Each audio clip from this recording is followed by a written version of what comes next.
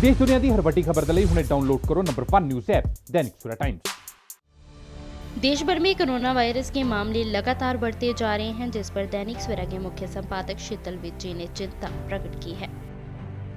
अब 16 जनवरी को कोरोना महामारी के विरुद्ध भारत ने टीकाकरण अभियान शुरू किया, तो दोनों टीकों भारतीय कोवैक्सीन और ब्रिटेन के कोविशील्ड ने कोई दुष्प्रभाव नहीं दिखाया।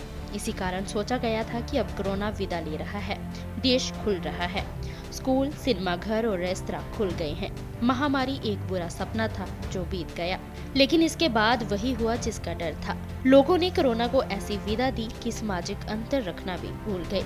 अब टीकाकरण की तेजी के बावजूद इतने बड़े देश में 145 करोड़ लोगों को एक दिन तो टीका लग नहीं सकता था। उधर कोरोना वायरस में परिवर्तन पैदा हो गए। इसके साथ कोरोना की दूसरी लहर भी शुरू हो गई। भारत इससे बचना चाहता था, परंतु नए आंकड़े बताते हैं कि शायद बच नहीं पाएगा।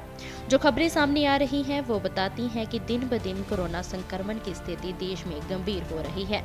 पंजाब को ले लें, देश के जिन 6 राज्यों में कोरोना संक्रमण अपनी अति गंभीरता दिखा रहा है, इनमें पंजाब भी शामिल है। पंजाब में लगातार चौथे दिन 1000 से ज्यादा केस हुए और एक्टिव मरीजों की संख्या 8500 से पार हो गई। मंगलवार को 21 मरीजों की मौत भी हो गई।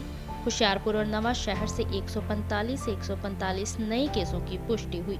जलंधर में सबसे ज्यादा 6 मौतें हुई। अब तक सूबे में कुल 1,90,461 मरीज कोरोना पॉजिटिव हो चुके हैं। उससे भी गंभीर बात ये कि एक और मरीज बढ़ रहे हैं। दूसरी ओर पंजाब में रिकवरी दर देश से सबसे निचले स्तर 92.6 पर पहुंच गई है। इससे पैदा मृत्यु दर में हम देश में पहले ही अव्वल हैं। ये रफ्तार 3.1 है। टेस्ट पॉजिटिव औसत भी 3.6% हो गई है और एक्टिव मरीजों की दर बढ़कर 4.2% हो गई है, जो सबसे अधिक संक्रमित राज्य महाराष्ट्र से केवल 0.1% कम है। उधर महाराष्ट्र में एक हफ्ते से रोजाना 10,000 मरीज आ रहे हैं।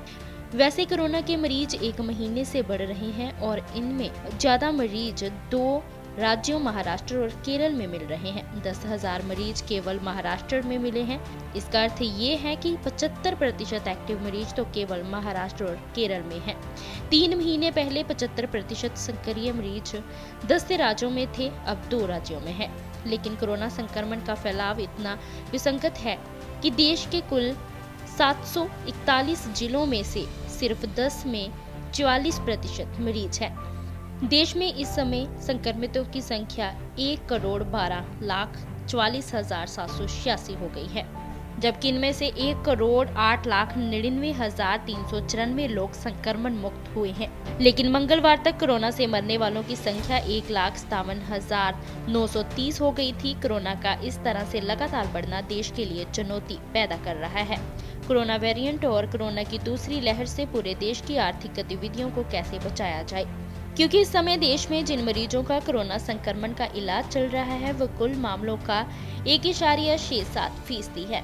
इस तरह से कोरोना का बढ़ना लगातार चिंता पैदा कर रहा है। इधर महाराष्ट्र से भी सरकारी वक्तव्य आ गया कि अगर कोरोना के मरीजों की संख्या इसी तरह बढ़ती रही तो संक्रमित इलाकों में फिर से लॉकडाउन लगा दिया जाएगा। यही हालत पंजाब में भी पैदा हो रही है। यहाँ प्राइमरी कक्षाओं तक सब स्कूल खोल दिए गए थे, लेकिन अब जलंधर और अन्य संक्रमित महानगरों में स्कूलों में आने वाले बच्चों और अध्यापकों में कोरोना पॉजिटिव की संख्या बढ़ रही है। खतरा पैदा हो रहा है कि स्कूलों को फिर से बंद न कर दिया जाए। अपने आप में ये कोई विकल्प नहीं, क्योंकि जिस प्रकार पिछले वर्ष राज्य में पूर्णबंदी और अनुपूर्णबंदी झेली, उसने देश को आर्थिक विकास, रोजगार और भूख बेकारी दूर करने की दृष्टि से कई कदम पीछे छोड़ दिया।